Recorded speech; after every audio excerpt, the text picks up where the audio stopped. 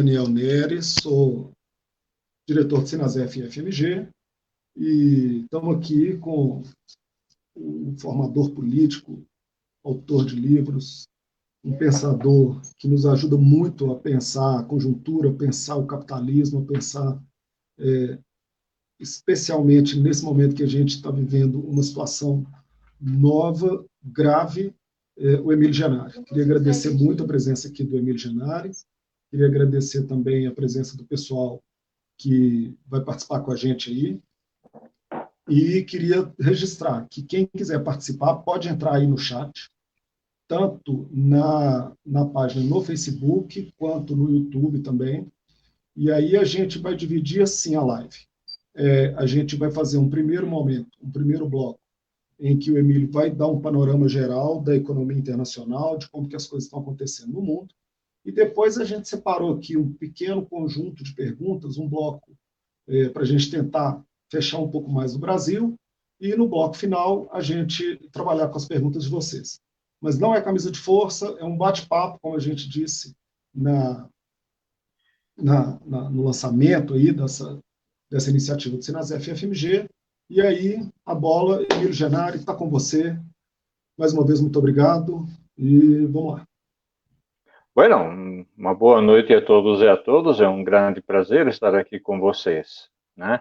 Eu vou focar a minha exposição centrando as questões, sobretudo, no mundo do trabalho, ou seja, como é que essa crise está pegando os trabalhadores, como é que eles vão enfrentar essa crise, com que condições, né?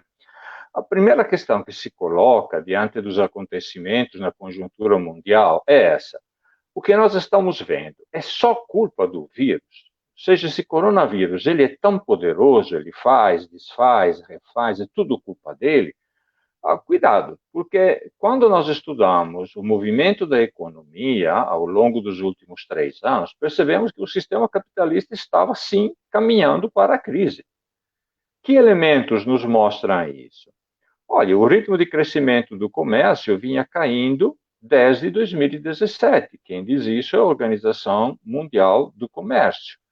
Em 2019, o Produto Interno Bruto de União Europeia, Estados Unidos e China, ou seja, nós temos aqui mais da metade do PIB mundial, teve um esfriamento, ou seja, um crescimento reduzido em relação a 2018, né? Quando nós chegamos em 31 de janeiro, o que nós percebemos? Que os preços das matérias-primas tiveram deflação. Esse é um sinal claro de que o mundo está com menos demanda. Mas o que significa numa economia ter menos demanda? Significa que o crescimento do próximo ano será inferior àquele que havia ocorrido um ano antes. Tá? Qual era, na verdade, a única matéria-prima com forte alta? O ouro. Por que esse é um indicador essencial? Porque o ouro até hoje é considerado reserva de valor, ou seja, em tempos de crise, ninguém quer ficar com o dinheiro, papel, moeda na mão. Todo mundo prefere o ouro, porque em poucas gramas você tem uma concentração enorme de valor trabalho. Isso historicamente funciona assim, né? Então nós tivemos que esse caminhar do sistema para a crise fez com que investidores, especuladores, etc., investissem em ouro e fizessem os preços do ouro aumentarem. Quando nós chegamos no início de fevereiro, qual era a perspectiva mundial? Olha, a China não vai crescer tanto assim como havia previsto, não vai crescer 6%, vai crescer em torno de 4%, né, porque tem esse vírus, a coisa está complicada lá. O mundo vai crescer apenas um pouco menos, mas qual era a perspectiva da crise propriamente dita? Primeiro semestre de 2021. As coisas tendem a se agravar quando a pandemia se espalha. Agora, cuidado, a pandemia tem a força que tem por dois grandes motivos, né? O primeiro, a economia mundial já está no processo de enfraquecimento. Então, digamos assim, ela não bateria se a economia mundial estivesse no momento pujante, crescendo, à beça. Não, ela bateria, ela seria séria, ela seria um caso muito sério. Mas complica a relação com os trabalhadores justamente em função do quê? Em função de a própria economia estar no momento em que ela vai esfriando, ela vai desacelerando. Em relação aos trabalhadores propriamente dito, o relatório da Organização Mundial Internacional do Trabalho de 2019, ele mostra um dado interessante. Ele diz, olha, 61% da força de trabalho está na informalidade. Então, concretamente, isso significa o quê? Diante de qualquer crise econômica, diante de qualquer desemprego, diante de qualquer perda da possibilidade de você ganhar a vida, né? Concretamente, você está sem recursos.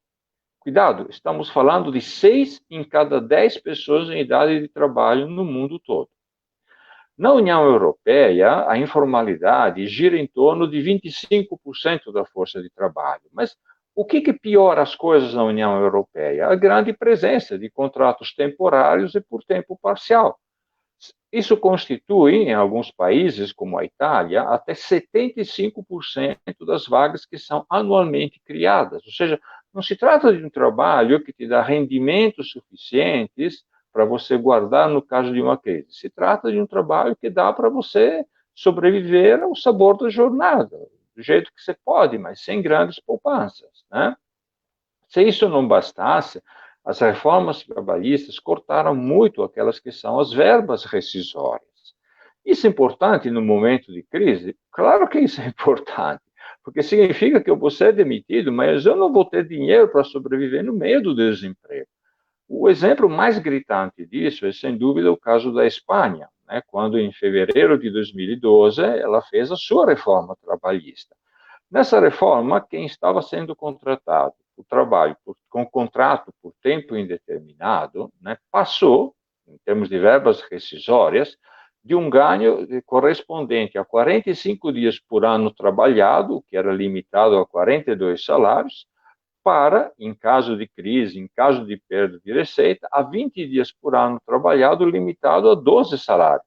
Mas isso não é para os informais, isso não é para as pessoas de trabalho temporário, tempo parcial. Isso é para aquelas pessoas que estão por contrato por tempo indeterminado. Ou seja, você atingiu fortemente a chance, a proteção social, na verdade, né, dessas pessoas, né?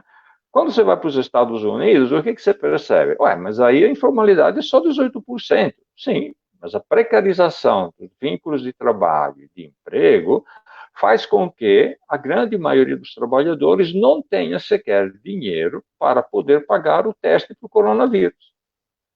Foi feita uma pesquisa do Healthcare, onde se viu que isso no início de março, ou seja, quando o coronavírus não tinha feito nenhuma vítima nos Estados Unidos, né? Mas os custos giravam entre 440 e 1.150 dólares, mais ou menos, né? Ele se viu que 29% dos trabalhadores entrevistados diziam claramente, nós não vamos ter dinheiro para isso. E outros 25% diziam, olha, se isso for me acontecer, quase certo que eu não terei dinheiro. Então, o que isso significa? Pelo custo de vida nos Estados Unidos, pelo nível de salário, pela precariedade dos vínculos e pela ausência de proteção social, ou seja, nos Estados Unidos, qualquer atividade de saúde é paga, né? Então, eu vou ao médico para ver se eu estou com coronavírus, preciso pagar aquela consulta, mesmo que eu tenha um plano de saúde e tenha um ticket que eu preciso pagar. Ou seja, eu vou enfrentar essa crise sem dinheiro, né? Ou com pouquíssimos recursos. Na África, a situação é ainda mais complexa. Né? Isso por quê? Bom, lá a informalidade, diz a OIT, está mais próximo de 86%. Né?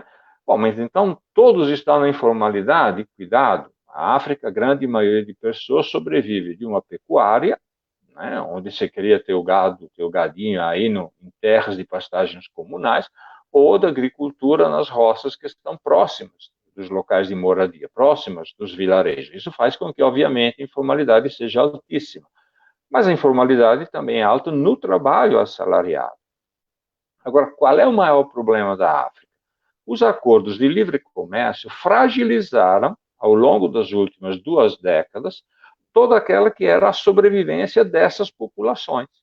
Né? No texto de análise de conjuntura que eu enviei para vocês, né, mostro isso claramente. Ou seja, engana o frango barato que chega da Europa, destruiu a produção de frango local. Mas isso significa destruir emprego, isso significa destruir geração de renda local.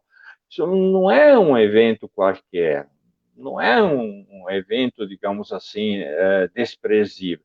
Isso significa retirar das pessoas a sua sobrevivência direta, aquele mínimo, aquele pouco, aquele básico que as pessoas tinham, né? Então, é claro que quando eu começo a atribuir ao vírus toda a responsabilidade da crise, o que eu estou encobrindo? Não, estou encobrindo todas as relações de trabalho, todas as relações de exploração, todas as contradições que o sistema capitalista veio acumulando e que fazem com que a mortandade ao longo dessa epidemia seja muito maior do que ela poderia ser se as coisas estivessem em outro patamar, tá? Bom, quanto tempo essa epidemia vai durar? Ninguém sabe. Tem negociação com o vírus, né? Não sabemos como ele vai se comportar, se haverá um retorno nos países que já o venceram, como, quando acharemos uma vacina, que remédio será realmente eficiente ou não, né? Mas mesmo que a economia pare de cair, tem uma pergunta básica: quem irá comprar? Quem irá investir? Porque, só para vocês terem uma ideia, né, em fevereiro, nos Estados Unidos, se encerra com desemprego de 3,5%. E abril se encerra com desemprego de 14,7%. Só que maio será ainda pior, né? Então, concretamente, quem é que vai ter dinheiro para comprar? E mais ainda, por que eu vou investir se eu tenho uma ampla capacidade de produção inutilizada em função da recessão, né? Então, eu vou ter um contingente elevado de desempregados, vou ter um Estado endividado em termos de investimentos. Então, na melhor das hipóteses, o que nós podemos dizer? Quando a pandemia cessar, né, nós teremos um lento processo de recuperação econômica. Isso não tem data. Essa não é uma crise normal, onde algum exercício de econometria poderia nos dar uma ideia de quando isso vai acontecer. Agora, como é que eu vou garantir que a massa fique quieta? Porque isso é ótimo para o sistema capitalista se recuperar da crise, porque se eu tenho tanto desempregado, tanta gente faminta, tanta gente precisando viver, né, é claro que ela vai vender sua força de trabalho a um preço baratíssimo na hora da retomada do crescimento econômico. O problema é como é que eu mantenho essa massa de pessoas boazinhas sem ameaçar a ordem social até lá, né? Então, o que nós estamos vendo? Em muitos países, os governos, em nome do combate à pandemia, têm adotado medidas que, além de colocar as pessoas em quarentena, colocaram a democracia em quarentena. Talvez os dois exemplos maiores são na Hungria, onde o primeiro-ministro Viktor Orbán transformou o parlamento numa espécie de rainha da Inglaterra. O parlamento hoje não, a Hungria não manda mais nada, ele tem poderes absolutos, né? E o decreto que estabelece isso também prevê 5 anos de prisão para aqueles que passam informações distorcidas sobre o coronavírus. Então, o que isso significa? Qualquer oposição que quiser criticar o governo corre o risco, né, de ir preso. Não posso mais nem criticar o governo pelo que ele diz, não posso nem criticar os dados que ele apresenta, né?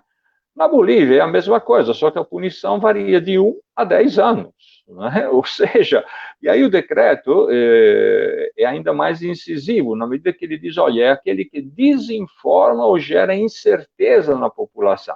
Gente, mas aí qualquer informação pode estar sendo vista dessa forma, como algo que desinforma ou gera incertezas, né? Na verdade, isso vai permitir fazer o quê? Combater os opositores do atual governo e, sobretudo, o pessoal próximo de Evo Morales, né? Bom, até agora, as respostas dos trabalhadores no mundo inteiro têm sido extremamente frágeis. Isso, inclusive, na Itália, né? Sobretudo nas cidades onde os empresários disseram, não, nós vamos continuar trabalhando, vocês vão ter que se expor ao risco de morte, né? É impressionante, porque parece que ser exposto ao risco de morte ainda não foi motivo suficiente para reagir, né? Isso me impressiona, porque diz, olha, significa que então o grau de adesão, a lógica que o capital está implantando é realmente extremo, né? Se eu Então, posso... Emílio, Diga. desculpe, deixa eu te interromper. É só porque, antes da gente falar da reação, da possibilidade de reação, eu queria só fazer um recorte aqui para a gente poder separar Sim, entre si. Porque no início da sua fala, você deixa claro para a gente que os problemas são muito parecidos com o que a gente vê no Brasil. A questão da precarização da força sim, de trabalho, né? A questão da diminuição dos amparos sociais. Não é? Então, você sim. tem menos meses de pagamento de seguro-desemprego, você tem de redução do valor, não tem praticamente cobertura para o pessoal que está fora do mercado formal. Bom, e Aham, aí você cita países do norte, que são as economias dominantes, vamos dizer assim, né? Você sim, cita países de economia não tão fortes, mas também da Europa, e aham, a América do Sul e a África, e ainda a gente sabe que ainda tem a Ásia, mas só para pegar nos exemplos que você disse. sim. Claro que, para além desses efeitos, para a gente é pior, né? Bom, me parece claro, mas aqui nós precisamos entender uma coisa: qual é o projeto da nossa elite para o Brasil? Porque muitas pessoas ainda estão se iludindo, né? Se iludindo com o quê? Não, basta termos um outro presidente, fazer outros acordos, negociar outras medidas, as coisas, né, irão se acertar, as coisas irão funcionar, etc. Não, eu não vejo as coisas dessa forma, né? Cuidado, né? A quem interessa o atual governo? Acho que as primeiras respostas começam a aparecer quando?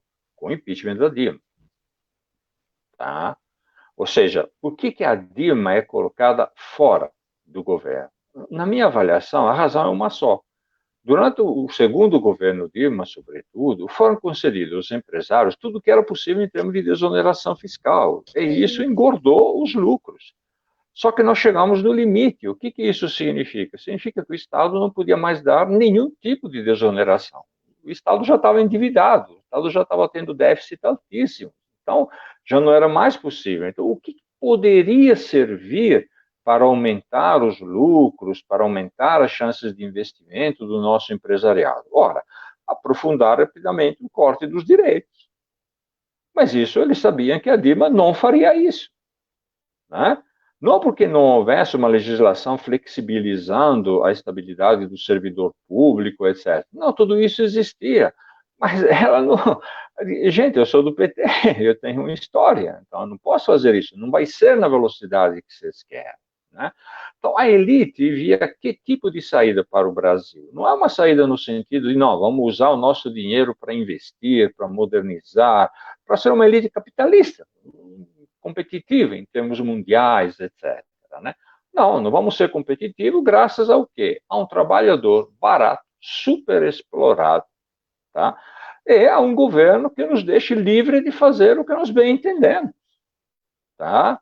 Ou seja, eu preciso ter o Estado agora como elemento legalizador de todas aquelas que são as formas predatórias de exploração de tudo, da natureza, da força de trabalho, de tudo que pode gerar lucro privado. Agora, cuidado, não dá para construir esse projeto respeitando os direitos reconhecidos na legislação. Isso não é possível, né? As relações que se movimentam na estrutura econômica, pelo menos na minha avaliação, elas querem o domínio total de tudo e a possibilidade de exercer esse poder em todas as suas dimensões. Tá? Então, é óbvio que vão tentar se sobressair, é óbvio que vão tentar calar esses direitos. E desde que o Bolsonaro foi eleito, nós vimos uma sequência gigantesca disso tudo. Garimpo em terra indígena, grande desejo, qual é? Não, legalize isso aí. Como legaliza? É legal, não deveria existir. Não, não tem problema, a gente dá um jeito. Né? E É, aí, e aí sim, outra característica que marca muito esse movimento em nível mundial, em nível global, é que esses governos assumem características fascistas, fascistizantes, sim, proto-fascistas, enfim. sim, sim, Não sei exatamente qual é o exatamente. termo que se Mas, encaixa, olha, mas é preciso que você altere o regime político para poder. Os exemplos que você dá dos decretos, por exemplo, da Hungria e da Bolívia, são assustadores, né? E sim, pelas práticas do Bolsonaro e as alianças, quer dizer, os movimentos com o Exército, é de se esperar que as coisas ainda piorem bastante por aqui. Sim, mas repara que tem um fio condutor nessa história, né? Junho de 2013 não coloca apenas na rua pessoas insatisfeitas, frustradas, com desejos que não são realizados, sonhos que vão naufragar, etc. Não, não. A partir de junho de 2013, a direita muda, né? Ela deixa as posições de centro, se assume como extrema-direita, passa a construir os seus grupos e a se organizar dentro e fora do Congresso Nacional. Primeiro passo qual é? Elimine a Dilma. Mas isso basta? Não, é. Se eu quero um trabalhador barato, superexplorado, num Estado que legitima tudo que é precariedade e me permite uma exploração devastadora de tudo, ué, isso não pode ser feito com a democracia. Mas então eu preciso de um golpe? Não, eu preciso de um Bolsonaro, alguém que chega e diz, olha, eu vou violar mesmo, e quero ver quem vai dizer o contrário. O Bolsonaro dá um tapa naquela democracia o tempo todo, né? Acabo de receber a notícia hoje à tarde, poucos minutos antes de entrar na live com você. Em Brasília foi proibida uma manifestação simples, um boneco gigante, inflado, hoje é o dia do enfermeiro, né? Mostrando, o boneco retratava o Bolsonaro com cara de assassino, etc., né? Do povo. Bom, tinha 15 pessoas, todo mundo devidamente afastado, e a polícia proibiu. Agora, eu posso ter a polícia protegendo, olha que gozado, tem uma polícia protegendo um ato inconstitucional a favor da ditadura, mas eu não posso fazer uma manifestação contra o governo no dia do enfermeiro, olhando a questão da saúde em plena pandemia do jeito que está acontecendo. Gente, para mim é grave. Nossa, estavam juntando milhões de pessoas. Não, eram 15 pessoas com boneco. Se eu chego a proibir isso, a pergunta é simples: qual será o próximo passo? Né? Mas o que eu estava dizendo, para mim, é justamente isso. Eu não preciso de um golpe. Né? Agora, cuidado, porque a forma como a elite trata a pandemia, ela dá a entender qual é a verdadeira face dela. Ela escancara o lado desumano da elite brasileira. Né? Ou seja, eu estou disposta a tudo, diz a elite, para garantir os meus interesses. Ou seja, se na ditadura eu apoiava crimes contra a humanidade, em 2020 eu estou dizendo que tem vidas matáveis.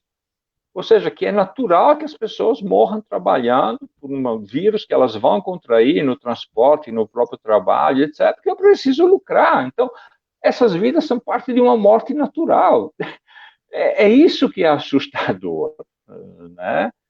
Quando eu digo, olha, então vamos reabrir as atividades, etc. Sim, mas isso significa o quê? Na verdade, eu estou ampliando no contexto da epidemia aquela que é a devastação da vida humana no trabalho, nos ambientes de trabalho, quando em troca de um salário miserável, né, eu obrigo os trabalhadores a prejudicarem a sua própria saúde, a sua própria incolumidade em função das condições de trabalho a que estão submetidos.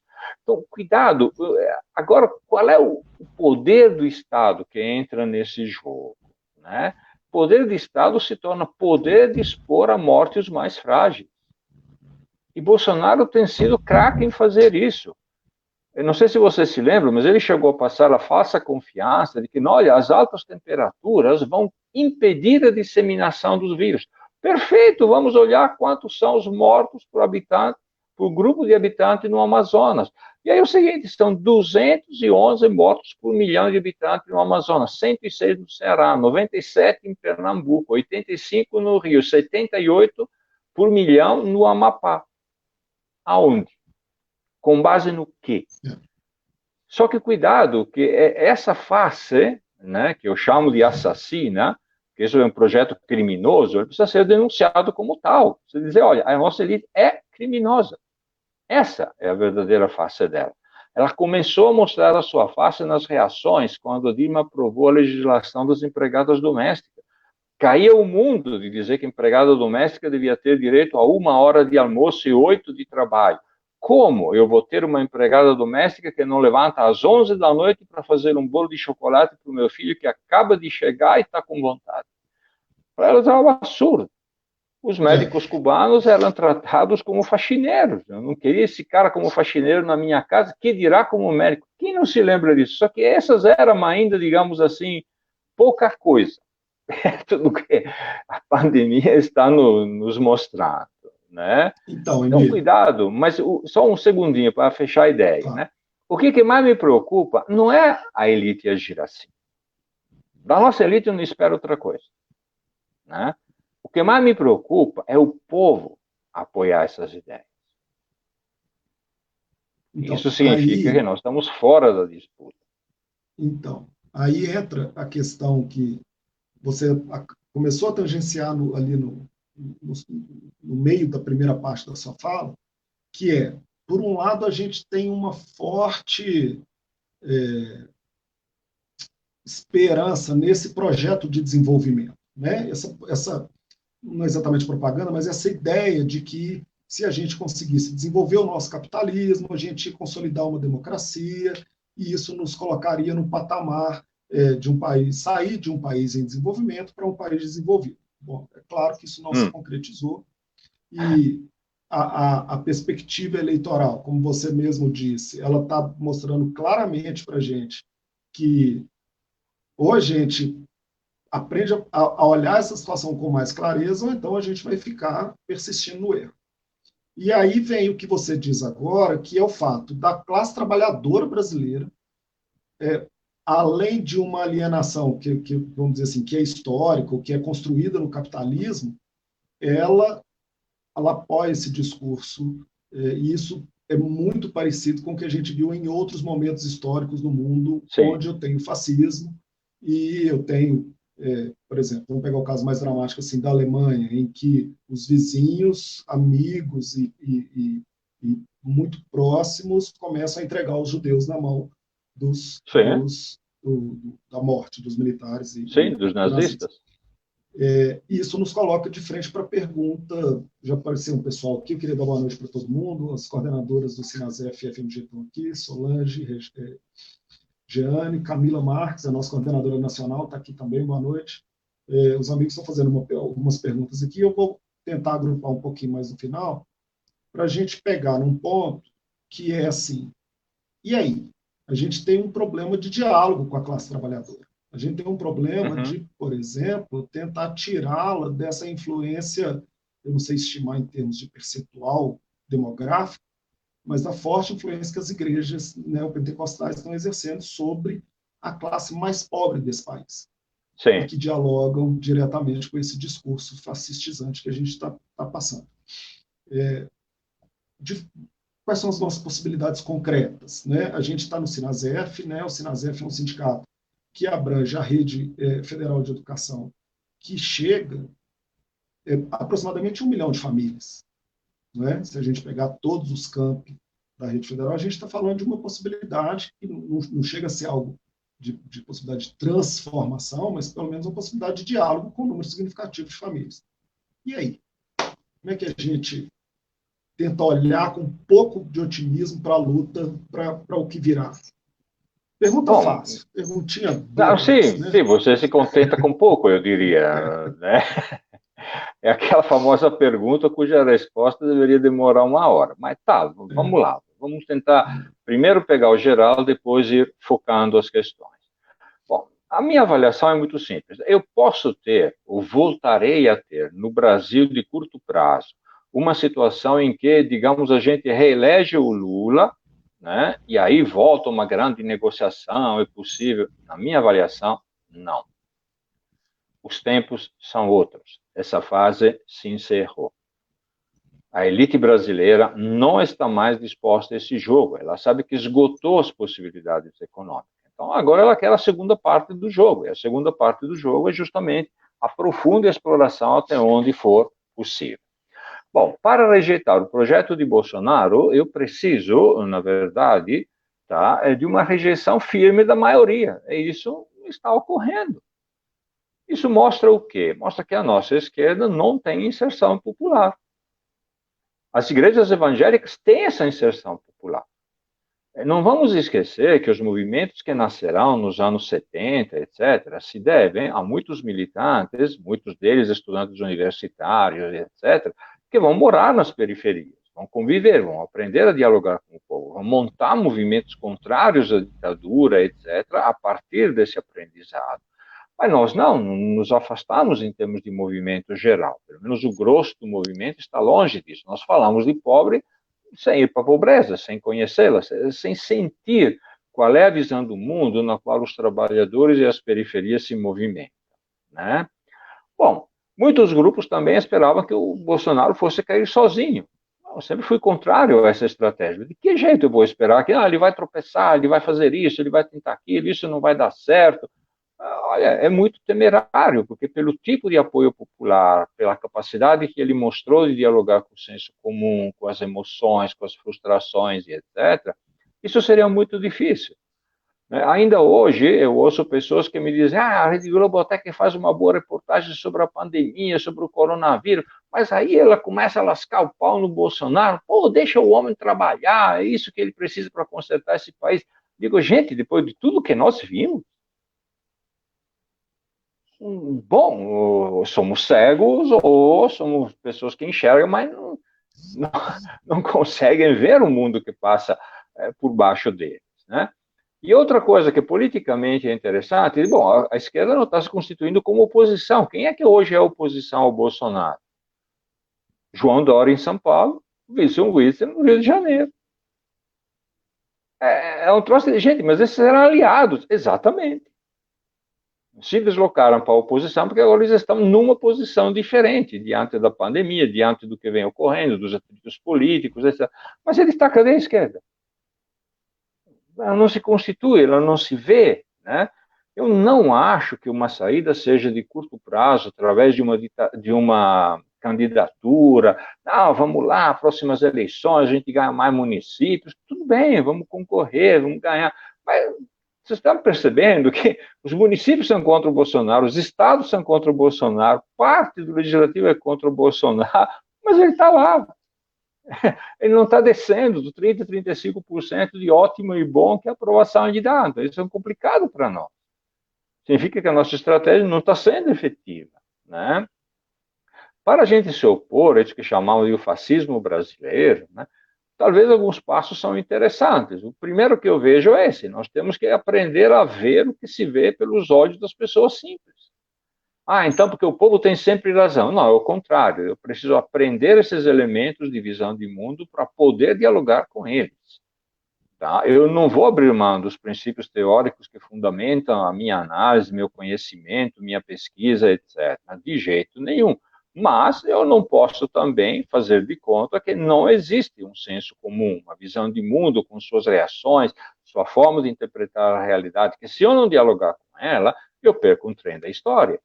E aqui é interessantíssimo, porque nós somos campeões em fazer memes irônicos contra o Bolsonaro ou alguém do seu governo.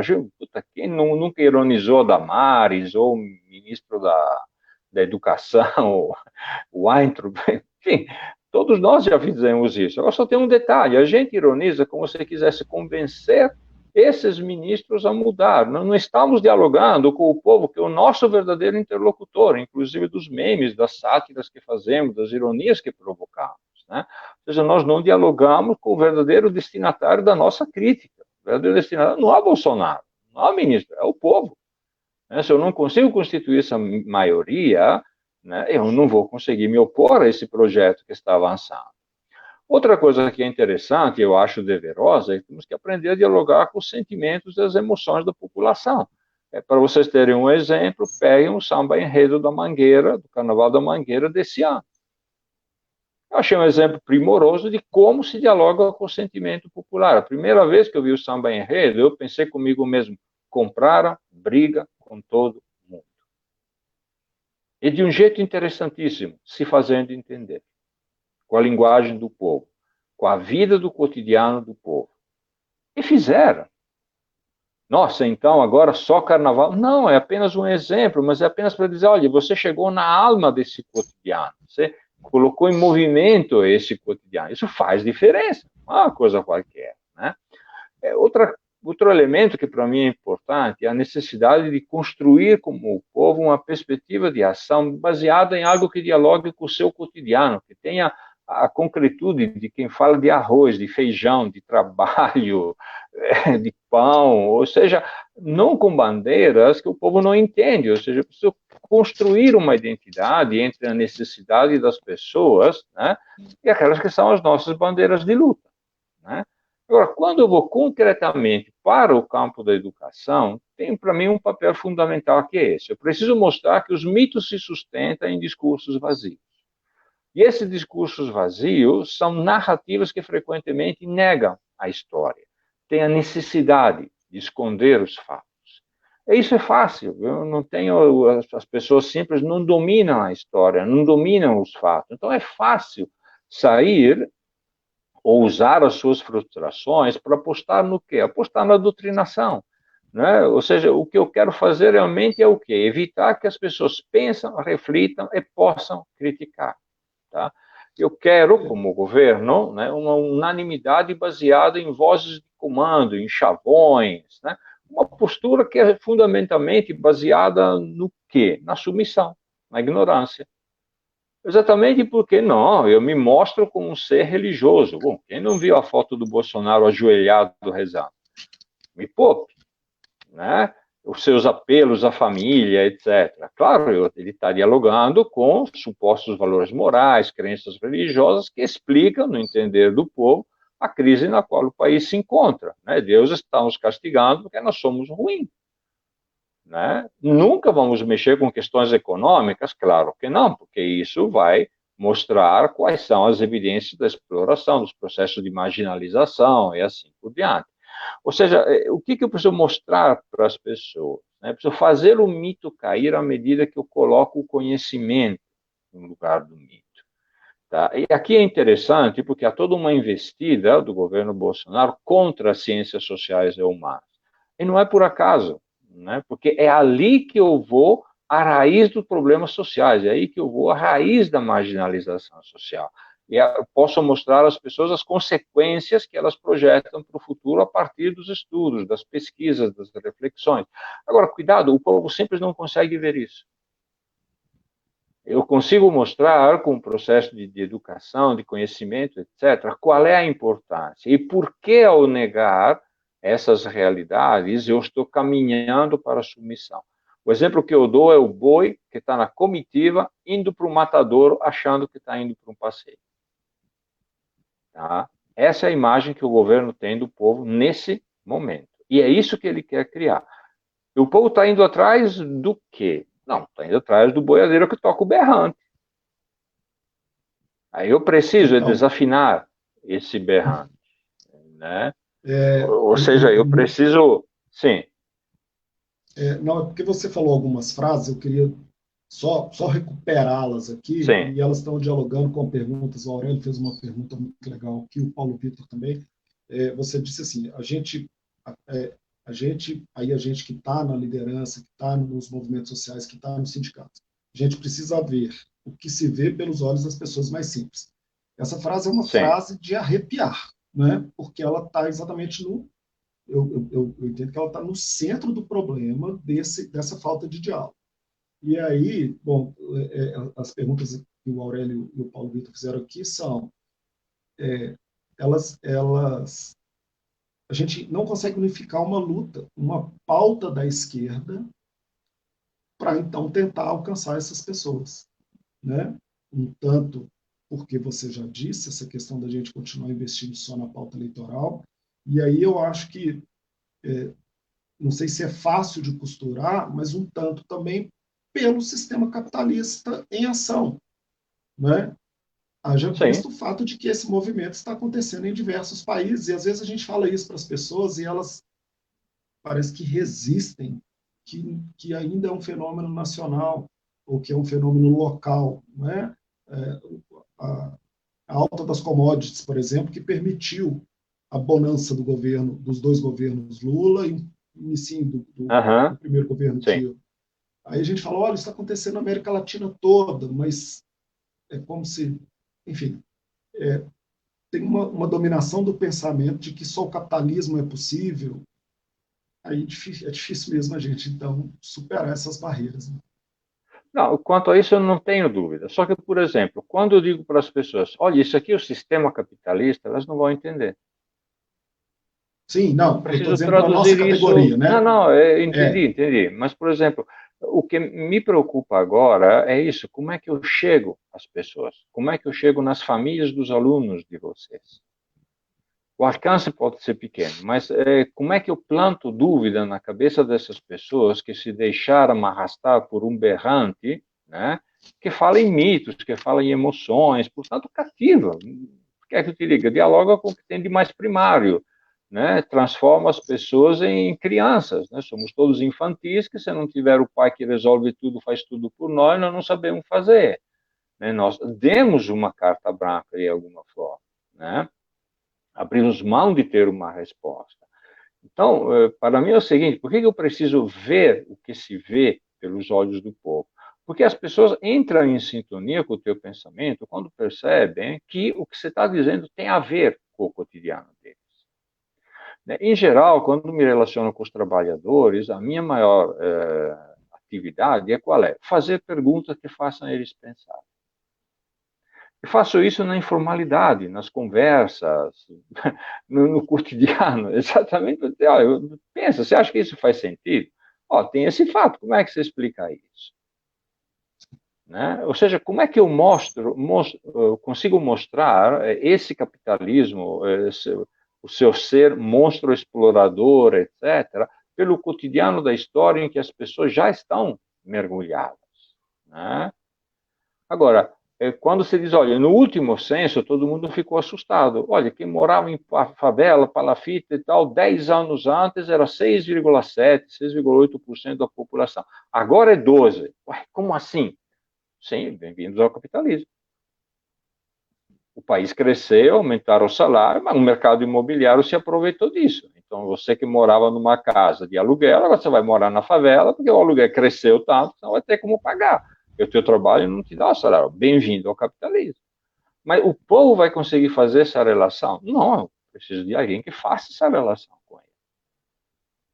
Né? Só que isso é o cotidiano que permite justamente fazer o quê? Montar essa perspectiva, montar essa relação. Não temos respostas prontas diante disso. O que temos é um longo trabalho a ser construído. Né? Quando eu falo de acidentes de trabalho, o que mais me assusta? Ué, se nem a morte vira prioridade, a minha pergunta é, então o que vai virar? O que vai virar? Se as pessoas só acordam na hora do trauma, como está acontecendo nos nossos dias, isso para mim significa o quê? Gente, não é uma adesão passiva, tenho, como é que é, a bota de um militar na minha cabeça. Não, é uma adesão ativa, um movimento, uma determinada percepção da vida. Agora, isso só foi possível por quê? Porque ninguém falou contra. Ou mesmo falando, eu não entendi. Eu ainda vejo muitos refrões na esquerda. Né? Não, temos que fazer isso, fazer aquilo, a revolução de cá. Sim, tudo bem, mas quem nos entende? O que isso significa hoje, no cotidiano da pandemia? Né? A pandemia agora fez as pessoas descobrirem que existem favelas. Nossa, que maravilha! Eu nunca tinha visto a foto da Rocinha.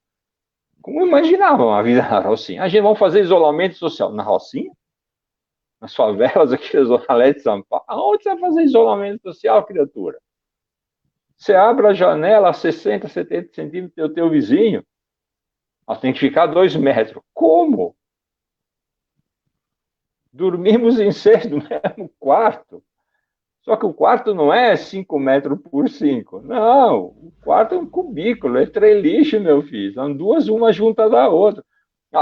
Tem que cuidar aí para não passar o vírus. De que jeito? Você entrar nessa casa, você está frito, todo mundo vai fazer. Agora estão descobrindo as periferias. Gente, o governo não imaginava que a informalidade tivesse esse tamanho. Ué, só se estiver tapado. Porque é só andar na rua para ter uma ideia disso. E nós também, às vezes, não temos essa ideia. Vocês vão resolver tudo pelo aplicativo da Caixa. Uhum. E quantos têm essa capacidade? De que país nós estamos falando?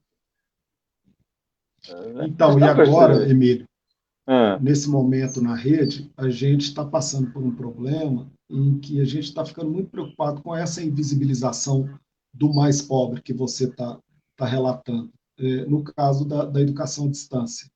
Né? Sim, Por exemplo, a gente está na luta, por exemplo, para adiar o Enem. A gente não quer aula remota, que claro. uma parte consiga acessar de casa e outra não possa.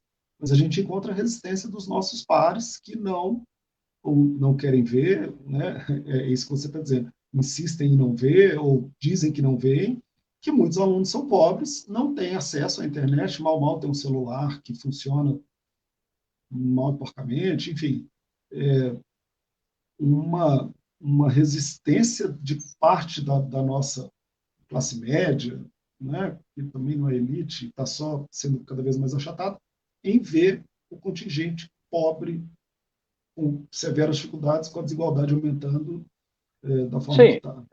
Tá, mas vamos lá, Daniel. Quantos dos nossos docentes já visitaram a casa dos alunos? Eu vou pegar um exemplo muito simples. Imagina uma criança de 11 anos. Você escolhe esse menino, menina, etc. Quantas crianças de 11 anos podem sentar, fazer aula remota, ensino à distância, na casa? Não, mas ela tem celular, acesso à internet rápido. Maravilha. E o ambiente familiar permite isso? Ou ela vai assistir a aula de matemática do professor, da professora dela, num ambiente onde o pessoal está assistindo filme, novela, ouvindo música com o vizinho com música. De que jeito? De que jeito? O celular é só dela ou é o celular da família disputado por todo mundo? É. E outra, né, se essa criatura tem dificuldade de estar numa sala de aula, na frente de um docente, que vê ela, acompanha, vê as reações diretamente, se posiciona pela expressão do rosto, consegue se comunicar, não podemos esquecer que o grosso da nossa comunicação não é verbal, né? Isso conta muito. Né? Nesse momento que eu falo para você e para quem estiver nos ouvindo, eu não consigo ver as pessoas que estão nos ouvindo. Eu não sei se estão entendendo, se não estão. Isso você está às cegas. Né? Então, você imagina dando aula nessas condições. Quanto tempo essa pessoa ficará sentada? Ah, não, mas aí os alunos não fazem bagunça, vão ouvir a minha aula. Tem certeza? E se tiverem dúvidas, quantos pais, quantas mães vão conseguir responder a essas dúvidas? Mas essa pode não ser uma criança, pode ter 17, 18 anos, pode ser um aluno de pós-graduação, por que não? Mas é sempre um monólogo. Ah, e finalmente eu vou ter a disciplina, ninguém me perturba, vou dar a minha aula. Sim, isso é o que você sempre sonhou. Agora, cuidado, por que perturbava a tua aula? A tua aula era interessante, não era? Dialogava com uma realidade. Eu não esqueço de um trabalhador de Santa Catarina que me dizia: Emílio, pediam para a gente prestar atenção na aula de etiqueta à mesa. Emílio, na minha casa faltava comida. Por que eu deveria me interessar com que mão se pega o garfo? Eu não tinha nada que espetar no garfo. Então, cuidado, muitas das nossas aulas não guardam uma relação com a realidade dos alunos, né? Em geral, docentes que visitam as famílias dos alunos mudam a forma da aula. Começam a violar os parâmetros curriculares. E fazem isso porque é ilógico. Não dialogam com uma realidade. Agora, eu vou na base, então, do quê? Do achismo? Não, eu tenho conhecimento, eu tenho parâmetros na minha cabeça, é verdade, mas eu vou fazer minha aula adaptada a essa realidade. Né? Eu posso estar chegando nas pessoas? Posso. Ah, quem disse que não? Porque não tem outros meios que não a aula clássica. Né? E aqui, cuidado, que nós estamos dialogando também com o outro elemento. Ah, não, mas é uma escola qualquer, o nosso Instituto Federal, etc., as universidades federais. É gozado porque logo depois das eleições, né, o Onyx Lorenzoni, quando não tinha ainda ido para a cidadania, né, tinha sido ainda colocado de escanteio. Em Sergipe, ele chegou a elogiar uma universidade privada, né, dizendo que, olha, com muito menos dinheiro, formam muito mais alunos. Claro, não tem hospital universitário, não tem hospital veterinário, não faz extensão, não faz pesquisa, não gera conhecimento nenhum, só repassa. Bom, aí é fácil, né, meu filho?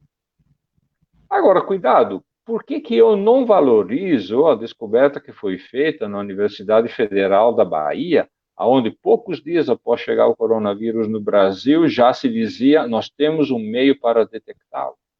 Não, temos que esperar os testes da China, né?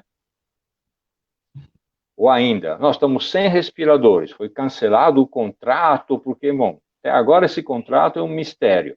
Tá, mas eu tenho a USP, que é uma universidade estadual, que produziu um respirador já testado em animais, já testado em humanos, já testado no Hospital das Clínicas de São Paulo, custa menos de R$ 1.000 e leva menos de 2 horas para ser montado. Ah, mas não tem aprovação da Anvisa. Ele não vai ter. Não vai ter. Se o projeto é privatizar, não terá. Agora, eu que estou dentro do Instituto Federal, eu preciso mostrar que, olha, nós geramos conhecimento, nós estamos interessados em criar um conhecimento, em repassar o que a humanidade já sabe, etc. Não só para destruir os mitos, mas justamente para mostrar o quanto é importante que isso seja público, né? Cuidado, muitos dos nossos docentes não entraram nessa lógica de estou educando a futura classe trabalhadora. Não, não, eu vou lá dar a minha aula. Vou lá dar a minha aula. Né? Cansei de ver professores e professoras cantando vitória, porque não, a minha escola vai ser militarizada. Uhum, agora os alunos vão ter disciplina. Ah, grande coisa. O estrago que isso vai fazer, você vai ver daqui a alguns anos. Né? Você vai ver daqui a alguns anos. Agora, para você, agora todo mundo em silêncio na tua frente, isso era o teu sonho de consumo? Olha, talvez isso não vai te ajudar nunca a mudar o teu jeito de dar aula. Agora, cuidado, E a gente né? não está nem falando aqui de uma formação exatamente politizante, a gente está falando só Não, de uma não, então, sensibilidade, né? De uma sim, percepção do outro. Né? sim, exatamente, de uma percepção do outro. Eu não esqueço, quando a Copa do Mundo foi na África do Sul, eu conheci um professor de matemática, né? Diz, Emílio, um belo dia eu peguei o jornal, fui atrás dos dados de quanto a África do Sul se endividou, as taxas de juros, para construir os estados. Né? E ensinei porcentagens, projeções e tal, para os meus alunos com base nisso. Cara, foi a melhor aula que eu dei até agora, eles entenderam. Ué, claro, eu entendi para que serve esse negócio. Não foi uma aula abstrata.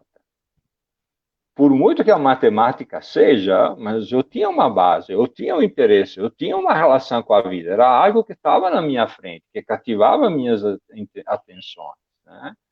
Então, cuidado, existem pequenos movimentos, pequenos detalhes nos alunos que a gente frequentemente não percebe. Eu não quero ser o objeto do teu ensino. Eu ensino à distância, só é possível com a educação bancária. Né? Você fica aí quietinho, me ouve, escuta a minha aula e vê se aprende, viu, cabeça de baga? Né? Se tiver dúvida, depois você encaminha, a gente vai ver como resolve. Mas é bancária, não tem relação nenhuma, não tem retorno nenhum. Né? E Agora, aí, isso, sim.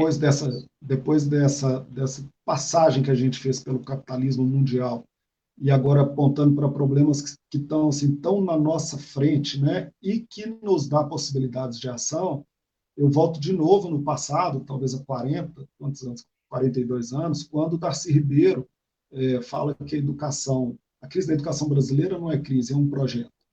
E aí eu pego um pacote, um percentual grande da nossa população hoje que nega a ciência exatamente porque tiveram uma educação bancária, uma educação conteudista, Sim, uma educação que repele o aluno da escola e do gosto pela escola e do gosto pelo conhecimento.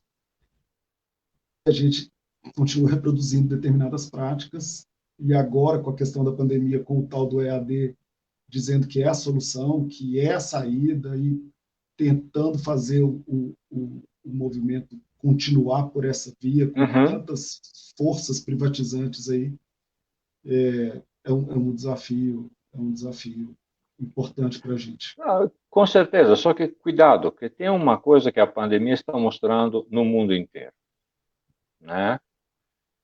Quem se deu melhor até agora? Aqueles países onde o sistema de proteção social funciona. estou levantando, nesses tempos, os dados sobre a Itália, né? Ué, por que o vírus estava presente no mês de dezembro e ninguém detectou? Por que ninguém se interessou em fazer pesquisas, etc., se no mês de dezembro os principais hospitais da Itália estavam registrando mais que o dobro do número de pneumonias suspeitas para a época? A razão é muito simples. Se eu administro a saúde como se ela fosse um grande negócio empresarial, onde o balanço de pagamentos tem que fechar no final do ano, e não como um direito do cidadão, né? Bom, então me parece claro que investir em pesquisa é custo. A Itália tem um plano de emergência quando isso acontece, mas os governantes preferiram dizer, não, a OMS não disse ainda nada. Ué, mas se uma epidemia começar no meu país, eu vou esperar a OMS? Então, não adianta eu ter planos, né? Mas se a saúde tem que ser administrada do ponto de vista empresarial, né? Ué, então eu nunca terei isso. É simples, tá? Bom, diferente do que a Nova Zelândia fez? Sim. Diferente do que a vizinha Argentina fez? Não, vamos fechar tudo, acabou. Vamos socorrer, vamos correr atrás, nós já sabemos, o mundo já nos ensinou, né? Aqui no Brasil, o interessante é o seguinte, tá, a epidemia vai se esticar? Ué, claro, nós estamos negociando com o vírus, nós estamos dando um jeitinho. Não tem jeitinho com a epidemia. Estamos fazendo meias medidas, né? Nessas meias medidas, cuidado, o SUS pode ser ruim, mas sem ele seria uma catástrofe. Então, reparem, esse é o momento de resgatar exatamente o quê? Qual é a função do público? Né? É gozado que o próprio Mandetta, que detonou o médico da família, o programa Saúde da Família, etc., aparecia com o colete, aparecia com o colete do SUS. Olha que bonito, né? É claro que ele não é besta, certo? Ele pode ser capitalista, empresário até a medula, mas não é besta. Né? Eu tenho um nome para zelar, dizia o Mandetta. Então, vamos que vamos. Eu sei no que vai dar isso aqui. Então, eu não quero que dê. Então, vou vestir, sim, a camisa do SUS. Vou dizer que precisa mais hospitais de campanha, vou defender o isolamento. Tá, vamos me pôr para fora, paciência. Os números das mortes dirão depois quem tinha razão. Né? Só que, cuidado, nós temos uma volta aonde vários serviços do Estado que tendiam para a privatização, agora se mostra o quê? Quem mais privatizou está mais fraco. E entrou nessa pandemia com mais prejuízos. Quem aplicou a questão gerencial, empresarial, administração da saúde, se deu mal. Tá? Então, cuidado, a história recente, a história da pandemia está nos ensinando que tem um campo aberto para dizer, não, espera aí, vamos devagar, tá? O que é o direito, o que não é direito, como é que se garante esse direito? Não basta na Constituição italiana eu ver que lá todo cidadão tem direito a uma saúde de qualidade. Maravilha, como se garante? Como é que o Estado garante isso? Então, a pandemia está reabrindo esse caminho. Tá? Os milhões de informais que estão sem receber os R$ 600 do governo, e nem se sabe quando sairá a segunda parcela e assim por diante, né? Estão dizendo, olha, não estamos sofrendo, por quê? Ué, porque falta o sistema de proteção do Estado. Aí isso significa que a gente pode não trabalhar, o Estado dá dinheiro para a gente. Não, de maneira alguma. Se não tiver nenhuma proteção social, qualquer evento que aconteça na sociedade vai nos detonar, e é o que está acontecendo. Entre morrer de fome e morrer de vírus, e ainda corro o risco de sarar, bom, então vou tentar morrer de vírus. Eu entendo as pessoas quando dizem, eu preciso sair, não estou ganhando dinheiro aqui, não estou sobrevivendo. Como é que eu faço? Meus R$ 600 não estão saindo. Amanheço na fila da Caixa Econômica Federal, mas, como é que é? Está tudo em dia, mas não está em nada em dia. Né? Esses dias... Acho que é onde tem aparecido muito a expressão necropolítica, né? Tem sim, mas a necropolítica, ela guarda a relação justamente em relação ao quê? Daniel, quem você é? Não, eu sou um trabalhador. Ah, então você pode morrer. Essa é a necropolítica. Eu não tenho um Estado que vai preservar a vida. Eu tenho um presidente que diz, e daí? Eu não sou coveiro. Lamento por cada morte. Uhum. O que você fez além de lamentar? Você incentivou as pessoas a fazer tudo aquilo que leva elas à morte. E como você não está contente, você acaba de liberar salões de cabeleireiro, como é que chama? Barbearia, academia. Academias, barbearia. Ué, você não Isso é para lamentava morrer as bonito, mortes? né? Sim, tudo bem, né? No caixão fica lindo. Alguém que morreu de coronavírus com o cabelo penteado, barba cortada. Meu cabelo. Ué, sim, todos estão assim, Daniel. Mas você diz, olha, não, é ilógico isso, né? Essa necropolítica que nós estamos falando, o que mais me fere é justamente o quê? Os trabalhadores não estão percebendo, não estão reagindo, estão aderindo. Aplaudindo o Bolsonaro? Não, dizendo, olha, tem razão, nós temos que trabalhar e dá-se. Ué, E aí, Emílio, para a gente começar a fechar, já estamos aqui com uma hora sim, da nossa conversa, vou pegar mais uma frase sua sim, e vou jogar a bola, agradecer mais uma vez o pessoal aqui que compareceu, tem pessoal de Congonhas, tem pessoal de BH, tem pessoal de Ouro Preto, tem pessoal de Curitiba, muito legal a participação do pessoal. Lembrando que a gente vai ter na nossa página a análise de conjuntura que você publicou agora sim, no pode início desse mês, disponibilizar tudo, sem problema. tem os outros textos, né, tem seus livros, a gente vai alimentar um portalzinho nosso dentro do site do Sinasef, e aí o pessoal pode cobrar da gente, pode acessar lá, tá? Você diz que mitos se sustentam em discursos vazios. Eu acho que essa frase ela, ela, ela representa um resumo do que a gente está vivendo nesse movimento que Bolsonaro está fazendo. Nós temos esse desafio, o desafio Uhum, de usufruir da estrutura do sindicato, e aí nós, que agora eu estou dizendo exatamente, nós do Sinasef, né, nós que somos trabalhadores da Rede Federal de Educação, sim, de mobilizar a nossa classe, mobilizar a nossa categoria para criar formas de, de enfrentamento a esse movimento que vem do mundo, uhum, né, que vem desse capitalismo global, e é a hora, ainda bem que a gente tem pessoas como você, que está aqui para nos iluminar, para dar uma luz, para botar a gente com um pouco mais de pés no chão, para compreender e para tentar atuar. Vou terminar já te agradecendo, e aí, minutos finais para suas considerações finais e para a gente seguir em frente. Vamos lá. hum. Bom, em termos de considerações finais, né, eu fechei a análise da conjuntura internacional com uma frase do Saramago, naquele que é o ensaio sobre a cegueira, né?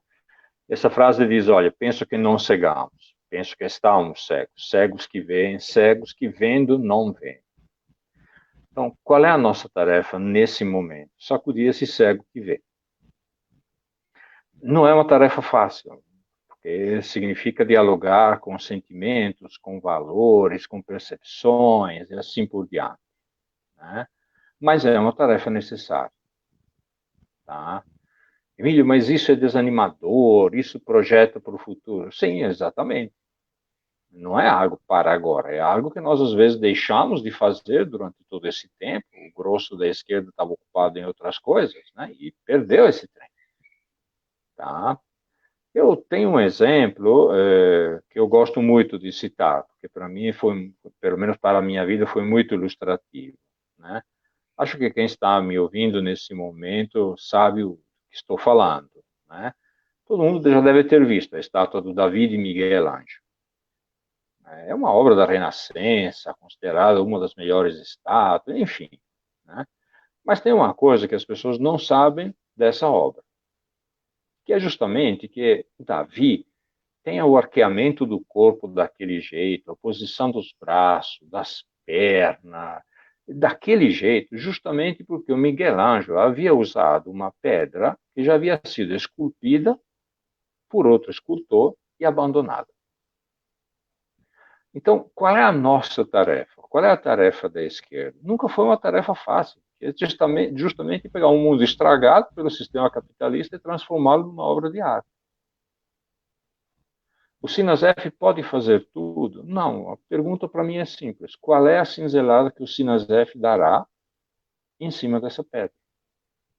Para que ela deixe de ser uma pedra rejeitada, descartada, feia, que não serve para nada, para transformá-la numa obra de arte, num mundo onde seja gostoso viver. Essa é a nossa tarefa. Em tempos difíceis de pandemia, sim, com certeza. Em termos de fascismo que avança via Bolsonaro, a elite, sim, com certeza. Porque são também tempos ricos de contradições, são também tempos em que os discursos que o capital havia negado voltam a aparecer com força, e não pelas palavras, pelos fatos, pelos acontecimentos. Agora, nós precisamos ficar atentos a isso, né? Uma vez perguntaram ao Saramago, enfim, mas qual é o papel? Então, o nosso papel é daquele que, nos antigos vilarejos, diante de alguma desgraça, diante de alguma peste, diante de uma casa que pegava fogo, ia lá, corria na igreja e tocava o sino.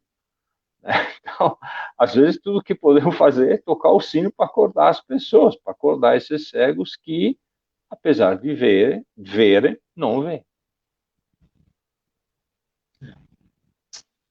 Perfeito. Emílio, mais uma vez, acho que eu perdi seu áudio.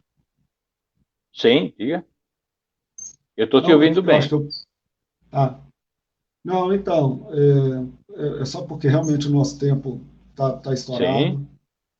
Obrigado. Espero que você possa voltar. Espero que rapidamente a gente saia dessa situação para que você possa voltar, não só no Campus Ouro Preto, como você já esteve, mas nos outros campos do IFMG, porque a gente tem muito a aprender, muito a refletir e contar com essa contribuição sua realmente é sensacional. Muito obrigado em nome de toda a comunidade acadêmica do IFMG, toda a base do Sinasef, todo mundo, os colegas de outras categorias que estão aqui, que estão nos acompanhando. Muito obrigado. Boa noite. eu agradeço pelo convite que você me fez, né? Os textos estão à disposição. Não esqueçam que aquela realidade lida pelas lentes dos meus óculos. Vou amar as críticas, as observações, tudo aquilo que vier para dizer, Emílio, você esqueceu, olha isso aqui, isso. A realidade é um diamante de mil faces. Quando a gente consegue ver 80, já dá, ó, já tá difícil, né? Então, é um trabalho coletivo de construção. Nesse trabalho coletivo, tento fazer uma pequena parte. Valeu. Beleza. Uma boa noite a Obrigado. todos e boa sorte para todos nós. Muita Vamos força. lá. Vamos então. Valeu, galera. Boa noite para todo mundo. Um abraço.